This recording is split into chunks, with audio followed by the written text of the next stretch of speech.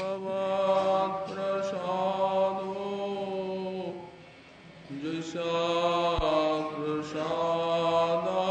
यस्याप्रसादान्नगति कुतोऽपि स्तुवंस्तस्य यशस्त्रिसन्ध्यं वन्दे गुरो श्रीचरणारविन्दम्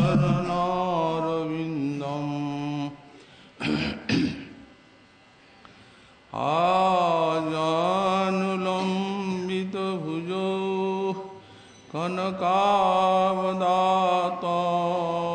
सङ्कीर्तनैकपितरौ कमलायताक्षौ विश्वम्भरौ द्विजवरौ जुगधर्मपालौ वन्दे जगत्प्रियकरौ करुणावतारौ नमस्त्रिकालसत्याय जगन्नाथसुताय च सवृताय सपुत्राय सकलत्राय ते नमः बर्हापीडाभिरामं मृगमदतिलकं कुण्डलाक्रान्तगण्डां पञ्चाक्षं कम्बुकण्ठां स्मितसुभगमुखं स्वाधुरेन्नस्तवीनुं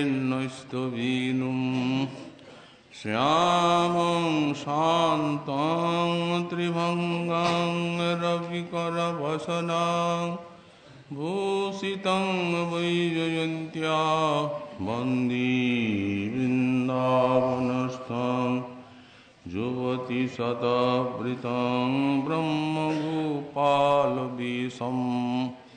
तप्तकाञ्चन गौरङ्गी राधे वृन्दावनेश्वरी वृषभानुसुते देवी तं नमामि हरिप्रिये मूकं करोति वाचालं पङ्गुं लङ्घयति गिरिं यत्कृपातमहं वन्दे परमानन्दमाधवं वाञ्छाकल्पतरुभ्यश्च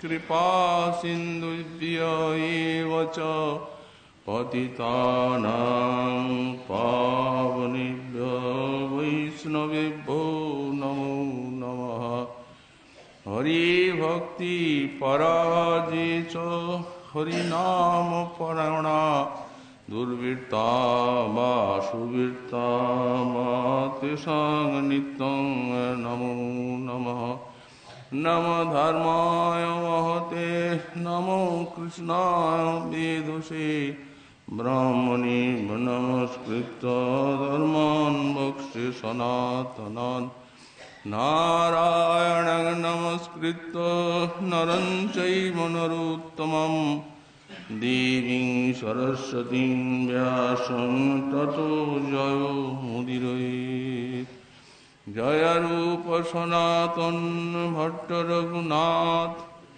श्रीजीव गोपाल भट्ट दास रघुनाथ ईशय गोसाई करी चरण वंदन जहाँ हुईते विघ्ननाश भीष्ट पुरन दुर्गमी पथिमेन्धस्या स्खलत्पादगतिर्मुहुः सकृपा जुष्टिदानेन सन्त सन्तो वरं वरम्।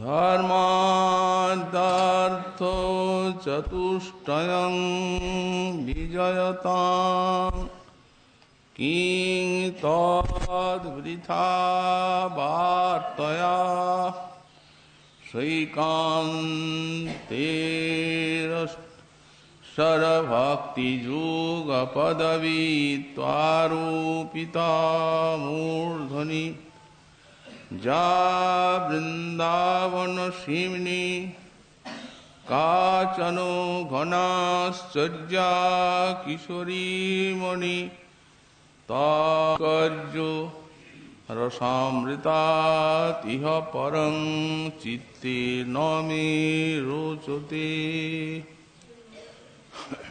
কলি পাবনাবতার শ্রী শ্রী গৌরাঙ্গ মহাপ্রভুর পরম অন্তরঙ্গ পার্ষদ পরম পূজ্যপাদ শ্রী শ্রী প্রবোধানন্দ সরস্বতী চরণ তাঁর শ্রী শ্রী রাধারস সুধানিধি গ্রন্থে ৭৮ সংখ্যক শ্লোকে শ্রী রাধারানীর পাদ পদ্মে স্বীয় প্রাণীর নিষ্ঠা জ্ঞাপন করতে গিয়ে বললেন, ধর্মাদর্থ চতুষ্টয়ং বিজয়তাং কিং তদ্বৃথা বার্তয়া সৈকান্তেশ্বর ভক্তিযোগ পদবী ত্বারোপিতা মূর্ধনি। ধর্মাদর্থ চতুষ্টং বিজয়তাং, ধর্ম অর্থ কাম মুক্তি, এই যে 4 বর্গ, এদের জয় হোক। কি তদ্বৃথা বার্তয়া, তাদের বৃথা বার্তায় আমার প্রয়োজন কি?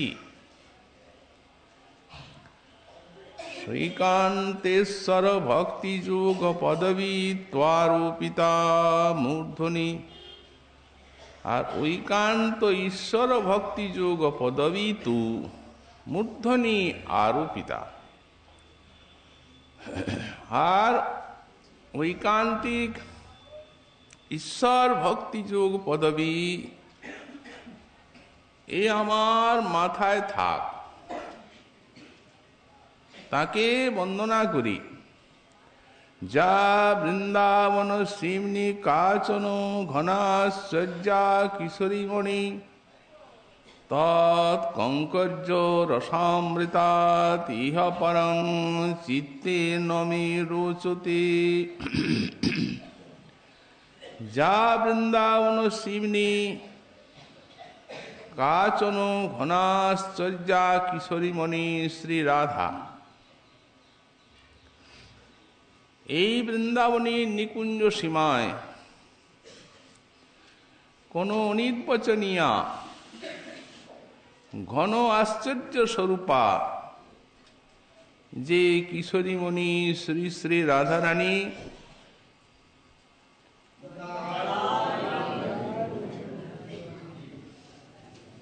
তাঁর কঙ্কর্য রসামৃত ব্যতিরেকে মে মম চিত্তে কিমপি ন রোচতে,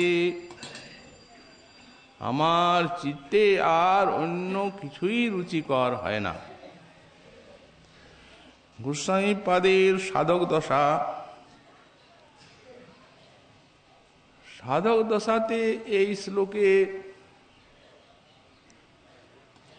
তিনি প্রাণের ইষ্টনিষ্ঠাটি প্রকাশ করছেন। শ্রীপাদ বলদেব বিদ্যাভূষণ লিখেছেন যে ভক্ত 2 প্রকার, একটি সনিষ্ঠ আর কতকগুলি একান্তি। তো এই সনিষ্ঠ কারা? বললেন এরা সমপ্রীতয়, অর্থাৎ কৃষ্ণ রাম নারায়ণীদের স্বরূপ, এই ভগবৎ স্বরূপে এরা সমান প্রীতিমান, এই জন্য এদিকে সনিষ্ঠ বলা হয়। আর এক শ্রেণীর ভক্ত আছেন, তারা হচ্ছেন একান্তী। এরা শ্রীহরির কোনো একটি স্বরূপে একান্ত নিষ্ঠা প্রাপ্ত আবেশিত চিত্ত। তো এই ভক্তের বিভাগ করে শ্রীপাদ বিদ্যাভূষণ লিখেছেন যে এই সনিষ্ঠের থেকে একান্তী শ্রেষ্ঠ। কেন শ্রেষ্ঠ? বললেন যেহেতু এরা একটি বিষয়ে নিষ্ঠাবান, পরম আবেশপ্রাপ্ত, এই জন্যই সনিষ্ঠের থেকে একান্তিকে শ্রেষ্ঠ বলা হল। একান্তি কাকে বলা যায়? একান্তেন সদা বিষ্ণু যস্মাৎ এব পরায়ণা তস্মাৎ একান্তিনু প্রোক্তা তৎ ভাবগত চেতস। ঐকান্তিক ভাবে যারা শ্রী বিষ্ণুর কোন স্বরূপে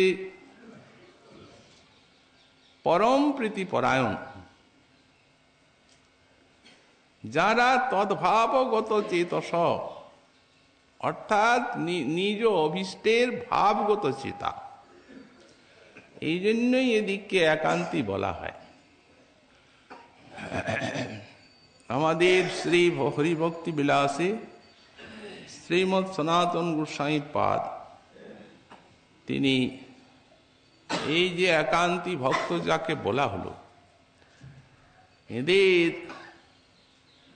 ওই 4 প্রকার নিষ্ঠার কথা ব্যক্ত করেছেন। একটি হচ্ছে কর্মে অনাদর, একটি হচ্ছে জ্ঞান কর্মাদির প্রতি নিরপেক্ষতা, আর একটি হচ্ছে বিঘ্ন সত্ত্বেও রতিপরতা, আর একটি হচ্ছে প্রেমৈক পরতা। গোস্বামী পাদ সেখানে প্রত্যেকটি দৃষ্টান্ত দিয়ে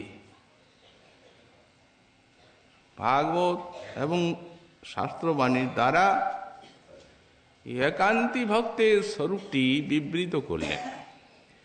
বললেন এই যে ধর্মে অনাদর, প্রমাণ কোথায় আছে? একাদশ স্কন্ধে শ্রী ভগবানের শ্রী উদ্ধবের প্রতি উক্তি উল্লেখ করছেন। ভগবান বলছেন আজ্ঞা ঐব গুণান দোষান ময়া দিষ্টানপি সকান ধর্মান সন্তোজ্য য সর্বান মাং ভজেত সচ সত্তম। আজ্ঞা ঐব গুণান দোষান,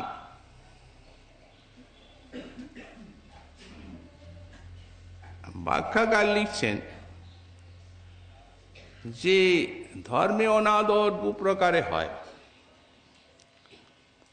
এক তো নাস্তিক্যবশত ধর্মে অনাদর আসে, আর এক প্রকারে ধর্মে অনাদর আসে অজ্ঞানবশত। তাহলে এই যে ধর্মে অনাদর আনছেন একান্তি ভক্ত, ইনি কি নাস্তিক্যবশত আনছেন না অজ্ঞানবশত আনছেন? এই প্রশ্নের উত্তর দিচ্ছেন ভগবান নিজে। আজ্ঞা ঐব গুণান দোষান, ইনি জানেন, ইনি বিদ্বান যে যদি বর্ণাশ্রমাদি ধর্মের আচরণ করা যায় তাহলে সত্যশুদ্ধি ইত্যাদি গুণ আছে, আজ অনাচরণে প্রত্যয় আছে। কারণ বর্ণাশ্রম ধর্মটিও ভগবানই সৃষ্ট, শাস্ত্রে নির্দেশিত। এগুলি জেনেও ময়া দিষ্টানপি সকান। উদ্ধব, আমি তো বেদ দ্বারে এগুলি বিধান দিয়েছি, অতএব ময়া দিষ্টানপি, আমা কর্তৃক আদিষ্ট এটিও তারা জানেন।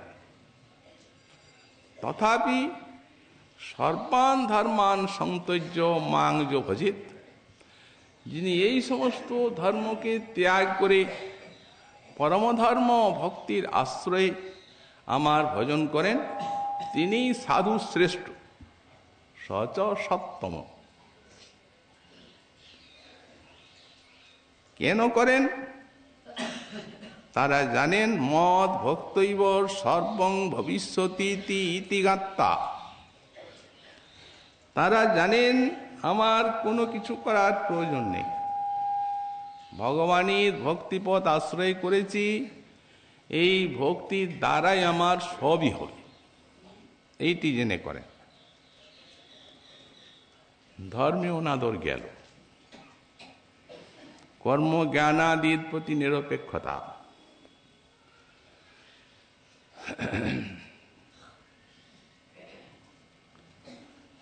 তো এখানেও দৃষ্টান্ত দিচ্ছেন অনপেক্ষ, যে ভক্তিরহি নিরপেক্ষভাবে যিনি ভজনে অনুষ্ঠান করেন, তিনি মচ্চিত্তা প্রশান্তা সমদর্শন। তিনি আমাতে সমর্পিত চিত্ত, প্রশান্ত এবং সমদর্শন। অতএব এর ভক্তি ছাড়া কোনো বিষয়ে কোনো অপেক্ষা থাকে না। কেন থাকে না? বললেন মচ্চিত্তা, আমাতে চিত্তটি তার সমর্পিত। অন্যদিকে মন দিবেন কোনটা? মচ্চিত্তা। এই জন্য অন্যদিকে তাদের চিত্ত নাই, দৃষ্টি নাই। আবার প্রশান্তা, কৃষ্ণ ভক্ত নিষ্কাম, অতএব শান্ত, তার হৃদয়ে কোনো কামনা নাই। সুতরাং কামনা যখন নাই, তখন অন্য কিছু করতে যাবেন কেন? নিষ্কাম ভক্তি করবেন।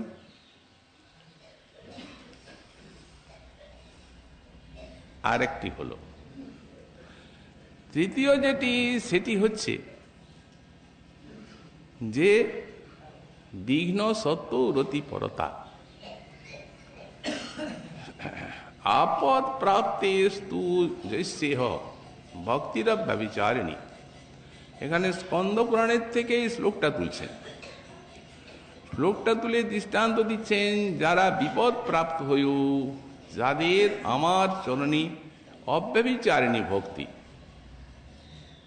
তিনিই উত্তম ভক্ত। আপদ এসেছে, বিপদ, এটা বিঘ্ন, কিন্তু যিনি নিশ্চল ভাবে অব্যভিচারিণী ভক্তিকে আশ্রয় করে থাকেন, ভাগবতী ভগবান বলে দিয়েছেন যে বিঘ্নগুলি, বড় বড় বিঘ্ন, সেগুলি আমার ভক্তের, আমার লোকে যাওয়ার সিঁড়ি হয়ে যায়। এ তো বলাই আছে। তো সুতরাং এই সমস্ত বাণীতে বিশ্বাস রেখে উনি জানেন যে যে সকল বিঘ্নগুলি আসছে আমার ভজন জীবনে, যে সব আপদ বিপদ আসছে, এগুলি সব ভগবানের কৃপা, তার করুণাতে আসছে। সুখ দুঃখ যত সকল আমার, কেবল তামার দয়া। এই যেন সদা সুদৃঢ় বিশ্বাসে থাকি তোমার কৃপা পানে চাহিয়া। দুঃখ প্রতিকার বাসনা আমার না হয় যেন কখনো। ভক্তের দুঃখ, ওটি তো ভক্তকে হাতে ধরে ভগবানের চরণে পৌঁছে দিচ্ছে।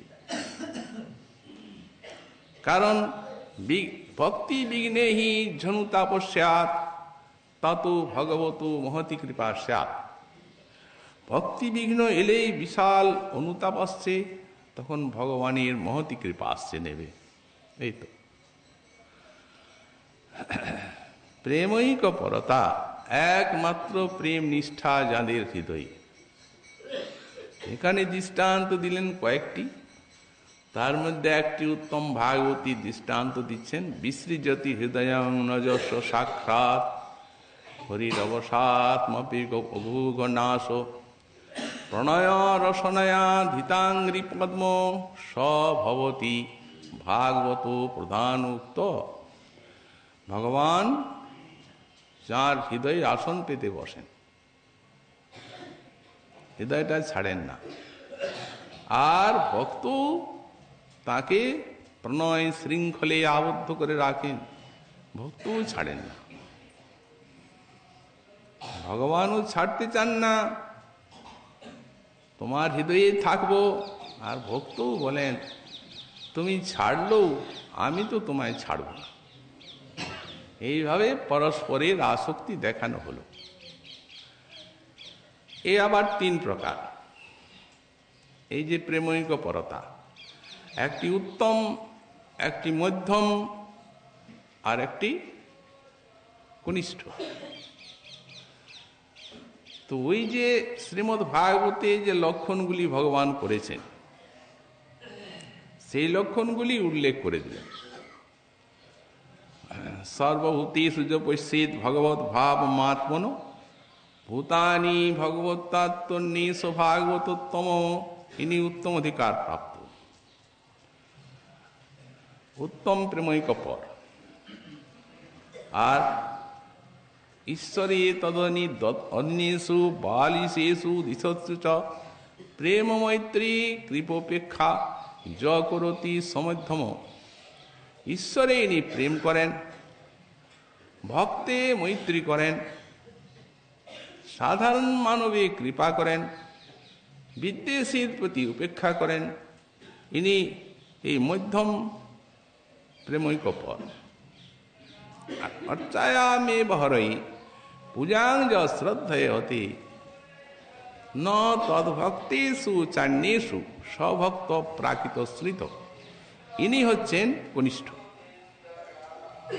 অর্চা বিগ্রহে সেবা করেন প্রীতির সহিত, কিন্তু ভক্ত এবং অন্যজনের সমাদর করেন না। ইনি কনিষ্ঠ অধিকারী। ক্রমে ক্রমে তেহ ভক্ত হইবে উত্তম। ইনিও ধীরে ধীরে সেই মধ্যমত্ব প্রাপ্ত হয়ে তারপরে উত্তমত্ব লাভ করবেন।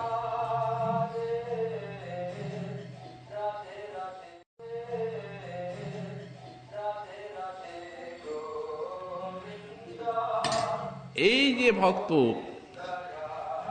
ঐকান্তিকী ভক্তের কথা বললেন, আমাদের গোস্বামীপাদ লিখেছেন আবার যে এই যে একান্তি, যত স্বরূপের একান্তি আছেন,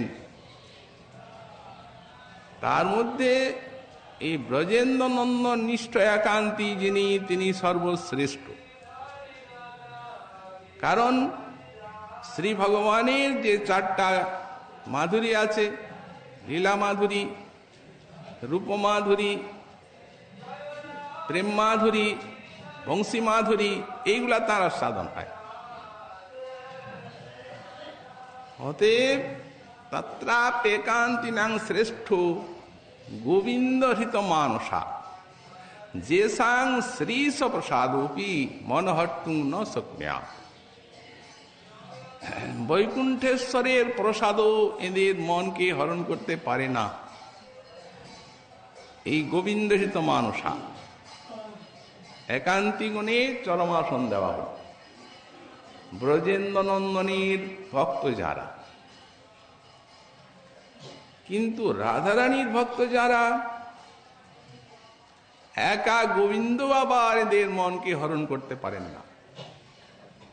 যারা রাধা পাদ পদ্মৈ ঘনিষ্ঠ, আমাদের শ্রীমৎ রঘুনাথ দাস গোস্বামী পাদি তার জ্বলন্ত সাক্ষ্য। ওনাকে তো রাধারানী দিতে চাইলেন গোবিন্দকে, দিন রাত কাঁদেন, গোড়াগড়ি যান, হারাধে হারাধে কোথায় আছো।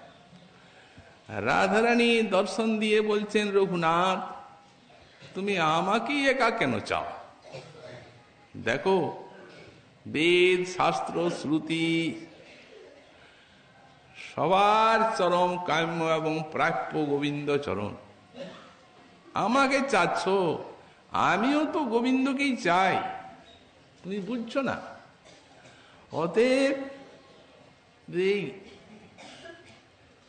নিরন্তর আমাকেই না চেয়ে আমি গোবিন্দকে তোমায় দিচ্ছি না, হবে তো? উনি বললেন হবে না। ওকে নিয়ে আমি কি করব কি? তঞ্চেত কৃপাংময়ী বিধাস্যসি নৈব কিংমে প্রাণুর ব্রজেন বররূপ বকারিনাপি। ওই দেবী, তুমি যদি কৃপা না করো তাহলে বকারি, ওকে আমি চাই না। বকারি বলছেন, বক রাক্ষসকে নিধন করেছে, ও আমায় ভয় দেখাবে। রাধার কিঙ্করী তো, ওই রাধার সঙ্গে থাকলেই ভালো। অতএব তুমি যদি না থাকো, ওকে আমাকে একা দিচ্ছ, আমি ওকে কি করব? ও তো আমাকে ভয় দেখাবে, আমি ভয় পাব ওকে। আর তুমি কৃপা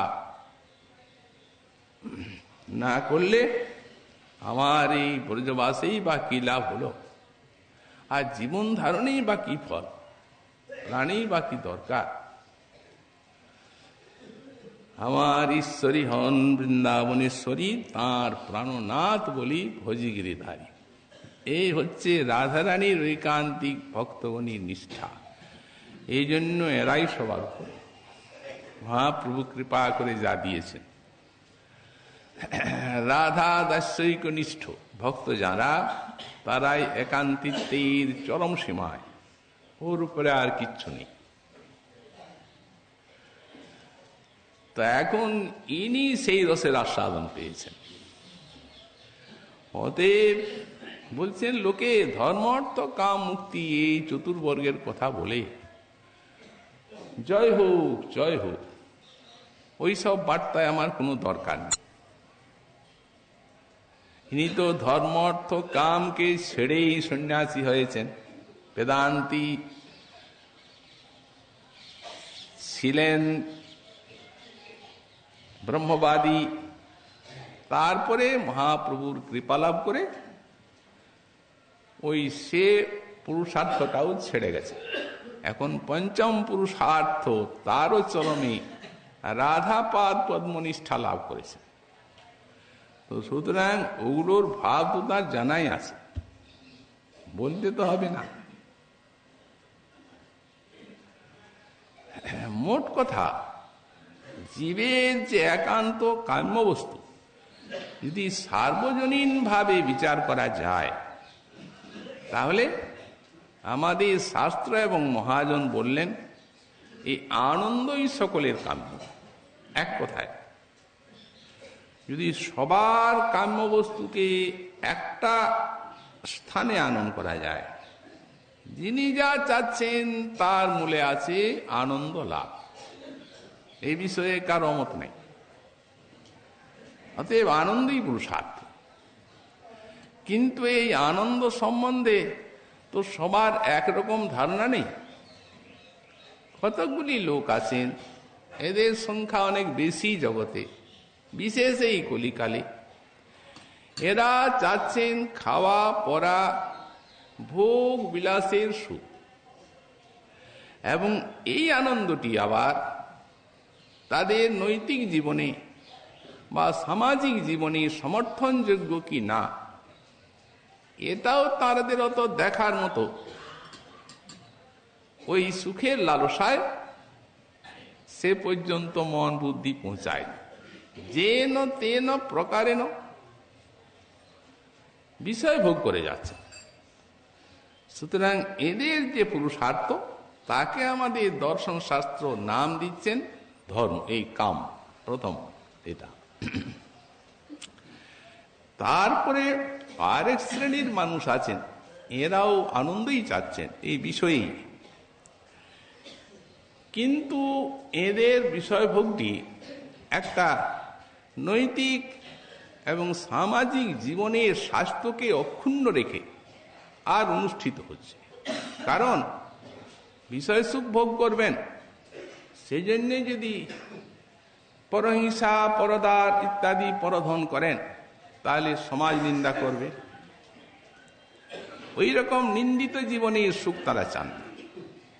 বিষয় সুখেই চান, কিন্তু নিন্দিত জীবন নয়। এই জন্য অর্থের দরকার, তাই এদের পুরুষার্থকে বলা হলো অর্থ। আরেক শ্রেণীর মানুষ আছেন, ওরাও বিষয় সুখেই চাচ্ছেন। মায়ামুগ্ধ মানুষের এই কতদূর পর্যন্ত এই বিষয় সুখের চাওয়া, তিনটা পুরুষার্থ গেল ওই বিষয় সুখে। তবে হ্যাঁ, এরা ওই দুটির থেকে একটু দূরদৃষ্টি সম্পন্ন। এরা দেখছেন জীবন ক্ষণভঙ্গুর, আর যেভাবেই এই জীবনে দেহকে নিয়ে বিষয় সুখ ভোগ করি, মরে গেলে সব শেষ, আর কোনোটির সঙ্গে কোনো সম্বন্ধ থাকবে না। সুতরাং মরেও যাতে বিষয় ভোগ পায়, তো মরণের পরটা তো হাতে দেখা নাই, তখন শাস্ত্রের আশ্রয় নিচ্ছে। যার যজ্ঞ তপস্যা ইত্যাদি করুন, দান করুন, মরণের পরেও ভোগ পাবেন, তারা তাই করছে। এদের ঈশ্বরের সঙ্গে কোনো সম্বন্ধ নেই। আরেক শ্রেণীর মানুষ আছেন, অবশ্য খুব কম। তারা দেখছেন যে এই জীবনে ইহলোকে পরলোকে যতই বিষয় ভোগ করা যাক না কেন, কিন্তু এখানে দুঃখের মাত্রাটা এত বেশি, সেইটুকু বিষয় ভোগ কিছুই না। চিতাপ জ্বালা, রোগ শোক, জরা ব্যাধি, জন্ম মৃত্যু, দুঃসহ কষ্ট, আবার নরক ভোগ আছে। তো সুতরাং এটা যাতে শেষই হয়ে যায়, এই জন্য তারা জ্ঞান যোগাদি সাধন করছেন, ব্রহ্মজ্ঞান লাভ করে ব্রহ্মনিষ্ঠা পেয়ে মুক্ত হয়ে যাচ্ছে। এই চারটা ভাগ করা হল। এইগুলি সংস্কারানুরূপ লোকে চায় বলে এগুলিকে পুরুষার্থ বলা হয়। পুরুষের, জীবের যা অর্থ কাম্য বস্তু, কিন্তু চাওয়া উচিত বলে না। এই জন্য শাস্ত্র দেখিয়ে দিলেন পঞ্চম পুরুষার্থ, সেই প্রেম। যাতে এই চারটা পুরুষার্থকে ত্যাগ করে আর পঞ্চম পুরুষার্থ এই প্রেম নিষ্ঠ হয়, ভক্তিনিষ্ঠ হয় জগতের মানুষ, এই শাস্ত্রের উপদেশ। এই জন্য আপনি যা চাচ্ছেন ধর্ম, অর্থ, কাম, মুক্তি, এইগুলি আপনার সংস্কার অনুরূপ চাওয়া, কিন্তু চাওয়া উচিত নয়। এগুলা আর আপনার স্বরূপের সঙ্গে কোনো সম্বন্ধ নাই, সব দেহাবেশ। যদি কেউ বলেন মুক্তির তো আছে, মুক্তির আরো খারাপ, এবং এই তিনের ভিতরে থাকলে তো কিছুটা রেহাই আছে, আর যদি মুক্ত হয়ে গেল তো শেষই হয়ে গেল, স্বরূপটা, স্বরূপের নাশ হয়ে গেল। তো সুতরাং এই স্বরূপ জীবের নিত্য কৃষ্ণ দাস হাতে ভজন ব্যতিরেকে, ভগবানের উপাসনা ভক্তি ব্যতিরেকে এর কল্যাণ লাভের আর দ্বিতীয় কোনো উপায় নাই। যারা বিদ্বান, যারা ভক্ত, তারা জানেন। অতএব তারা বলেন কিংতৎ বৃথা বার্তয়া, এই ধর্ম, অর্থ, কাম, মুক্তির কথা শোনার আর বলার আমার দরকার কি? দূরে থাক, নিজে নিজে জয় লাভ করুক যারা চায় তাদের কাছে, আমার কাছে কিছু কোনো আদর নেই। হুসাইনপাদ বলছে, আন কথা আন ব্যথা, নাহি যেন যাও তথা, তোমার চরণ স্মৃতি সাজি। ঠাকুর মহাশয় বলেন আন কথা আন ব্যথা। এই আন কথা বলতে গেলেই ভগবানের কথা ছাড়া, ভক্তির কথা ছাড়া বলা এবং শোনা চিত্তের বিক্ষেপ দায়ক। তো সুতরাং যে চিত্তটি ভগবানই নিবিষ্ট হওয়ার জন্য যোগ্যতা ধারণ করে, এই আন কথা আন ব্যথায় চঞ্চল করে আর তাকে বিষয়নিষ্ঠ করার কোনো মানে হয় না। এই বিষয় বৈসুখের কথা শুনতে শুনতেই বিপদ হয়। ভগবান গীতাতে তার ক্রম দিয়ে দিয়েছেন, ধায়তু বিষয়ান পুংস সঙ্গাস্তে সুপজায়তে, সঙ্গাৎ সঞ্জায়তে কাম, কামাৎ ক্রোধ বিজায়তে, ক্রোধাৎ ভবতি সম্মোহ, সম্মোহাৎ স্মৃতিবিভ্রম, আর স্মৃতিভ্রংসাৎ বুদ্ধিনাশু, আর বুদ্ধিনাশাৎ প্রণশ্যতি। এই বিষয় চিন্তার বিষময় ফল। তো সুতরাং সেই বার্তায় আমার কোনো প্রয়োজন নেই, শুনতে চাই না। ও জানলাম শ্রীপাদ আপনি ভক্ত, ঈশ্বর ভক্ত যারা, সেই তারাই এই চতুর্বর্গকে ত্যাগ করে। তার উত্তরে বললেন, ঐকান্তেশ্বর ভক্তি যোগ পদবী তু আরোপিতা মূর্ধনি। একটা তুকার দিয়ে ভিন্ন উপক্রম নিচ্ছেন। বললেন, আপনি যে ঈশ্বর ভক্তির কথা বললেন, ঐশ্বর্য গানময় নারায়ণ ইত্যাদি যে ঈশ্বর ভক্তির কথা আপনি বললেন, সেটি একটা এই ধর্ম অর্থ কাম মুক্তি এর থেকে অনেক শ্রেষ্ঠাসন। কিন্তু আমার না, আমি তো আরো পিতা মূর্ধনি, আমি মাথায় ধরি গুলোকে, ও মাথায় থাক। ভক্তি তো ভগবান আছেন, হতে ওই কিংতৎ পিছা বার্তায় না, মাথায় বন্দনা করি, প্রয়োজন নাই। তার কারণ তিনি হচ্ছেন ব্রজের ভক্ত, ব্রজরসের উপাসক। তো সুতরাং সাক্ষাৎ নিত্য সিদ্ধ পার্শ্বদ হয়েও আজ গোস্বামীগণ সাধনের স্তরে নেমে এসেছেন। নিজে সাধক অভিমানী এই সাধনা রসাস্বাদন করছেন, আর একদিক দিয়ে এই ভক্তি সাধনার যে বৈশিষ্ট্য, এর যে নিষ্ঠা, ব্রজরস সাধনা, এগুলি খ্যাপন করছে। এদের তো আসন সেইখানে। আসলে মহাপ্রভুর সঙ্গে নেমে এসেছেন এরা। মহাপ্রভুর যে উদ্দেশ্য, সেইটি সফল করার জন্য। তাই তো এই রসের ভান্ডার খুলে রেখেছেন, আর তা না হলে দরকার। এ তো গোপনীয় সম্পদ, সবাইকে রাধা দাসী করে আর ব্রজে নিকুঞ্জে এরা নিয়ে যাবেন, এই সংকল্প নিয়ে এদের এখানে আসা। তো সুতরাং এই যে ব্রজরসের উপাসনা বা সাধনা, ঐশ্বর্য জ্ঞান গন্ধ শূন্য নিরূপম মাধুর্যময় ব্রজ উপাসনা, মাধুর্যেরই উপাসনা। এই বৃন্দাবন ছাড়া যেখানে যাবেন, দাস্য তো বটেই, সখ্য বাৎসল্য মধুর রস শ্রেষ্ঠ যেগুলো দাস্যের থেকে, বৃন্দাবন ছাড়া ওই ঐশ্বর্য ভাবে সব সংকোচ প্রাপ্ত। ঐশ্বর্য ভাবের উদয় হলো, প্রীতি সংকুচিত হবেই। ঐশ্বর্য জ্ঞানেতে হয় সংকুচিত প্রীতি, এটি নিয়ম। ঐশ্বর্য জ্ঞানে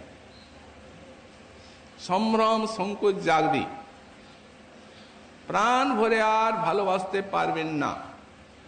ভালোবাসা কি চায় যে তিনি অনেক বড় থাকুন আর আমি দূরে থেকে ক্ষুদ্র স্তব স্তুতি করে তাকে ভালোবাসবো? না, ভালোবাসা চায় ভালোবাসার পাত্র আমার সমান আসনে আসুক, তবে তো ভালোবাসা। প্রাণ বিনিময় করে ভালোবাসতে হবে, এইটি ভালোবাসার কাম্য। কিন্তু যেখানে যাবেন ঐশ্বর্য জ্ঞান যুক্ত, গৌরব সম্ভ্রম যুক্ত, সখ্যরসের কথা আমরা বলছি। আচ্ছা, অর্জুন তিনি তো সখা সখা বহুবার বললেন, অনেক পরিহাসও করেছেন সখ্য ভাবে, কিন্তু যেমনি তিনি ওই বিশ্বরূপ দেখলেন তেমনি আকাশ থেকে পড়ে গেলেন। সখ্য ভাব কোথায় উড়ে গেল? ঐশ্বর্য জাগলো, দাস্যে নেমে গেল জিনিসটা, এখন আর সখ্য নাই। বললেন, স্তুতি করলেন, সখেতিমত্তা, তোমাকে সখাইতিমত্তা মনে করেছি, কিন্তু তুমি সখা না। সখেতিমত্তা সবম যদুক্তম, হে কৃষ্ণ, হে যাদব, হে সখেতি, হে অপ্রমেয়, তুমি এত বিশাল আমি জানতাম না। তোমাকে সখা বলে ডেকেছি, যাদব বলে সম্বোধন করেছি, আহার শয্যা আসন ভোজনে তোমাকে কত পরিহাস করেছি, উপহাস করেছি। ওহো, আমার কত অপরাধ হয়ে গেছে। হে অপ্রমেয় তৎক্ষাময়েতামহম অপ্রমেয়ম, তুমি আজ সেই সকল অপরাধ ক্ষমা করো। চরণে পড়ে এই ঐশ্বর্য জ্ঞানযুত সখ্যের কি দশা হলো। তেমনি বাৎসল্য রসের বসুদেব দেবকী যখন কৃষ্ণ বলদেবকে স্তুতি করতে, কৃষ্ণ বলদেব প্রণাম করতে যাচ্ছেন, তখন বলছেন তোমরা প্রণাম করবে না। যুবাং ন সুত প্রকৃতি পুরুষেশ্বর, এই সমস্ত ঐশ্বর্যময় লীলা দেখেছেন। তোমরা আমাদের সন্তান না, তোমরা প্রকৃতি পুরুষেশ্বর ভগবান। বলো, তোমরা ধরাভার হরণের জন্য এসেছ কিনা জিজ্ঞাসা করছে। বাৎসল্য প্রেম নেমে গেল একবারে নিচে দাস্যে। মধুর রসের ভক্ত রুক্মিণী দেবী তাকে পরিহাস করেছিলেন দ্বারকানাথ একদিন, কারণ সত্যভামা কোনো কোনো সময় একটু মানিনী হন। অবশ্য সেটি অতি তরল। স্বামীর উপরে পত্নীর মান আর কতটুকু থাকে।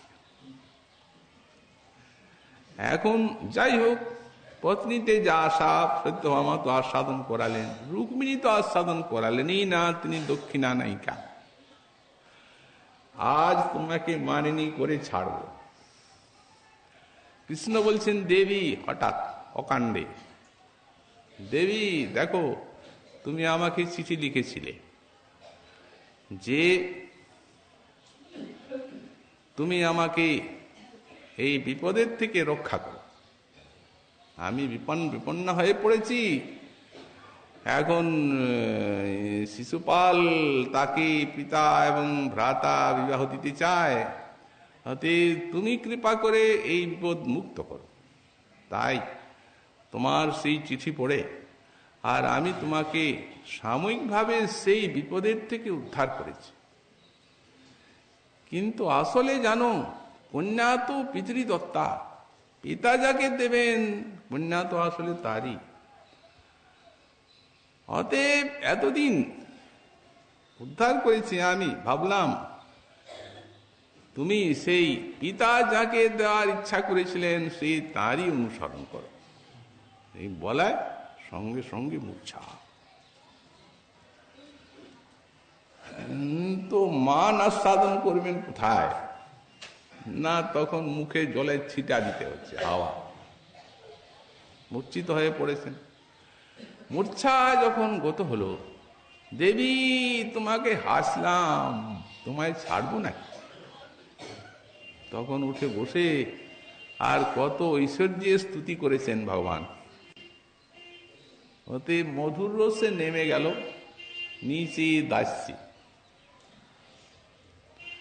আমরা এই কৃষ্ণ লীলার কথাই বলছি, কিন্তু শ্রী বৃন্দাবনে মাধুর্যময় ভাব কত ভালো।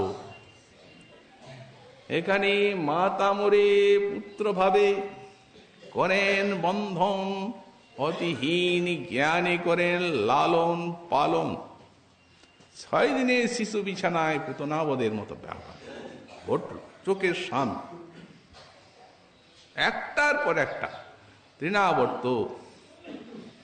তারপরে এই সমস্ত ওষুধগুলো আসছে, যখন যমলার্জুন ভঞ্জন আদি সামনে মায়, তিনি সেখানে সাক্ষাৎ যে সেই লীলাগুলির কারণ মা যশোমতী, স্তূপাকৃত রজ্জু এতটুকু 2 অঙ্গুলি পূর্ণ করতে পারছেন না দামবন্ধন লীলায়, বাৎসল্য রস সিন্ধুতে এইসব ঐশ্বর্য পর্বতপাত একটু বিন্দুমাত্র কম্পন করতে পারে নাই। মনে করছেন ছটফট করছে, ঠিকভাবে ও রজ্জুটা বসছে না বলেই বাঁধতে পারছি না। আরে বেটা, আজ তোকে বাঁধবো, তবে ছাড়, দেখি পারি কি না পারি। আমি জিদ হয়ে গেল, উনি কোন ঐশ্বর্যের ধারই ধারবেন না। তখন ঐশ্বর্য শক্তি হাত জোড় করে, কৃষ্ণ তো ওটা মনে করছেন না, ঐশ্বর্য শক্তি মনে করছেন আমার প্রভুকে তুমি বাঁধবে, আমি থাকতে নাও বাঁধো। কৃষ্ণ তো রসে ডোবা, বাৎসল্য রসে, এখানে ঐশ্বর্য গান জাগবে না ওই প্রেমের কাছে।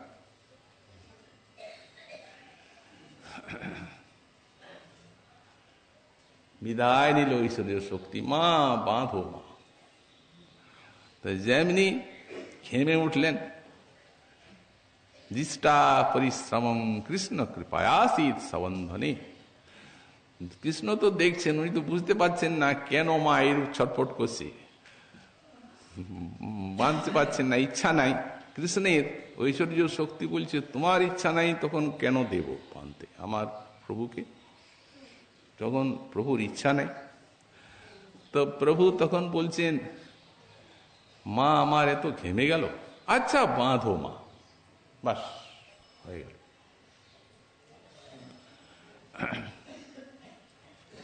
এই কৃপা কৃপয়াসিত মানে বসুদেব দেবকীর মতো কৃপা নয়, অর্জুনের মতো কৃপা নয়। মা ঘেমে গেলেন, তখন উনি বলছেন বাঁধো, তোমার কেন এত কষ্ট হবে, বাস এই কৃপা। এখানে কৃপাটাও সেই রকম।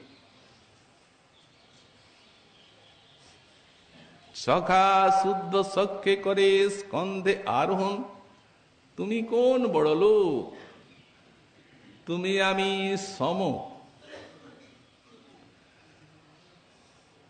আর অসুর তো লেগেই আছে, অসুর বধদের সঙ্গে সঙ্গে, কিন্তু সখ্যরস সিন্ধুতে কোনো প্রকার আলোড়ন জাগাতে পারে নাই কোন ঐশ্বর্য। ব্রজে যা ঐশ্বর্য এ দ্বারকা মথুরায় নাই। বৃন্দাবনে স্বাভাবিক যে ঐশ্বর্য সিন্ধু, দ্বারকা মথুরায় তার নহে এক বিন্দু। এখানে ঐশ্বর্যের সিন্ধু আর ওখানে বিন্দু, বিন্দুও না, এত ঐশ্বর্য এই জায়গায়। কিন্তু গাঢ় চিনির রসে যখন বোলতাটা ডুবে যায়, তখন ফুল ফোটাবার শক্তি তার আর থাকে না। এদের বিশাল মাধুর্য প্রেম রসে তিনি ডোবা, ঐশ্বর্যের কথা এখানে মনে জাগবে না। যোগমায়া আছেন সমাধান কর্ত্রী, আর ঐশ্বর্য শক্তি আছেন, মাধুর্য শক্তি আছেন, তারা আপন আপন ভাব সেগুলিকে বৈশিষ্ট্য রক্ষা করছেন। প্রিয়া যদি মান করি করে ভৎসন, বেদস্তুতি হইতে হরে সেই মর্ম। রাধারানী মান করে ভৎসনা করছেন কত, উনি বলছেন বেদস্তুতির থেকে ওটা বেশি আনন্দদায়ক। সবাই কি পারে? রুক্মিণী কই পারলেন, সত্যভামাই বা কি পেরেছেন? দ্বারকা লীলায় মানিনী হয়ে গেলেন সত্যভামা। ওই ব্রজগোপীর উপরে সেই আবেশটা দেখে যে ওই মানাগারে পড়ে থাকলেন, ওদের আবার মানের আলাদা ঘর আছে, সেই ঘরে যখন ওরা শোবে তখন জানতে পারা যাবে ওরা মান করেছে। এইরকম ও মান করেছে, আর কৃষ্ণ বুঝে নিবেন মান করেছে, এত সহজ নয় ব্রজের মান। যাও মূর্খ, মূর্খের কন্যাকে ডাকো, এই কথা কৃষ্ণ বলছে। মূর্খের কন্যা মানে কি? সত্রাজিৎ, ওই মনে নিয়ে কত ব্যাপার। তো সুতরাং মূর্খের কন্যা, ও যদি জ্ঞান থাকতো, বুদ্ধি থাকতো, তাহলে ব্রজের এই মহিষীগণের সঙ্গে মান করছে, করুক। নারদ এনে দিলেন রুক্মিণী দেবীকে পারিজাত, উনি মান করলেন। কৃষ্ণ পারিজাত বৃক্ষ এনে দরজায় লাগিয়ে দিলেন, ঠিক আছে। কিন্তু ব্রজদেবীগণের যে ভাব, সেইভাবে উনি মান করবেন কেন? ওখানে সঙ্গে ওনার কি আছে? বুঝি তো আলাদা। যেমনি বলেছেন মূর্খের কন্যাকে ডাকো, রাজরানী আর সম্রাট তো প্রভু ডাকছে, চলে এলেন। দেখা দেন নাই, মান করেছেন একটু লজ্জা, স্তম্ভের আলে দাঁড়িয়ে আছে, তো গন্ধটা পাচ্ছেন, তখনই বুঝতেছেন দেবীর আগমন হয়ে গেছে। তুমি ব্রজবাসীগণের প্রতি মান করে আমার আবেশ দেখে আর মানিনি হয়ে গেল, এই প্রকার তোমার ভাব। বৃন্দাবনে একটা ব্রজবাসী যদি আনন্দ পায়, তাহলে আমি প্রতিজ্ঞা করে বলছি, এই মুহূর্তে তোমাদের সবাইকে ছাড়ব। রেগে গেছে।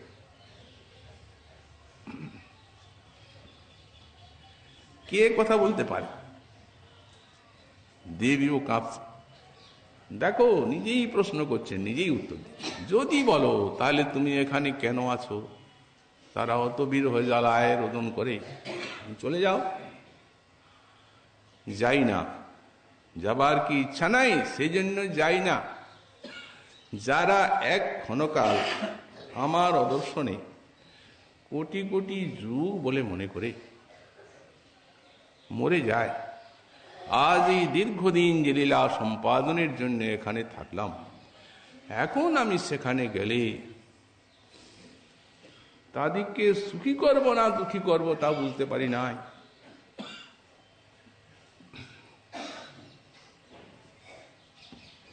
কেমন জানো, যেমন অগ্নিদগ্ধ ব্যক্তিকে যদি শীতল জলে ডুবিয়ে দেওয়া হয়, সারা শরীরটা একবারে সেই অগ্নিদগ্ধ ব্যক্তির ঘা হয়ে যাবে, মরেই যাবে। তো সেই অগ্নিদগ্ধ ব্যক্তির কিসে চিকিৎসা? তাকে আগুনের তাপ দেওয়া হয়, তাতে তার উপশম হয় জ্বালাটা। তো তেমনি সংযোগটা হবে সেই বিরহ জ্বালায় দগ্ধ ব্রজবাসীদের নিকটে যেন শীতল জলে ডুবিয়ে দেওয়ার মতো। যাই না ভয়ে, এই দ্বারকায় থেকে এই বিরহ নল দিয়েই তার চিকিৎসা করছে।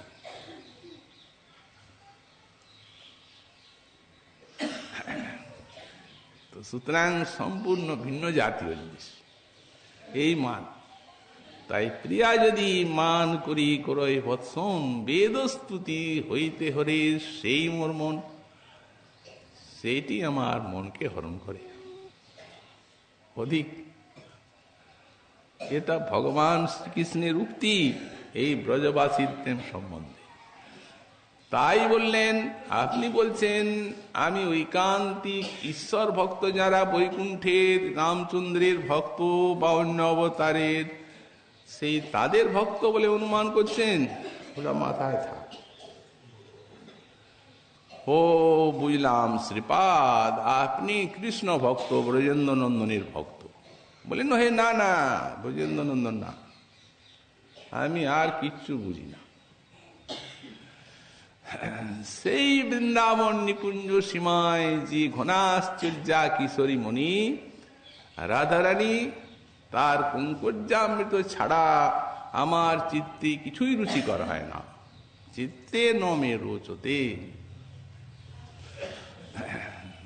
সুতরাং এই শ্লোকার্ধে যে সকল ভাব আছে, শ্রীমন মহাপ্রভুর কৃপা হলে আগামীকাল আবার সেই বিষয়ে আমরা সাধন করব। আজকে আমাদের রাধার সোনায় কথার এখানেই বিশ্রাম করো।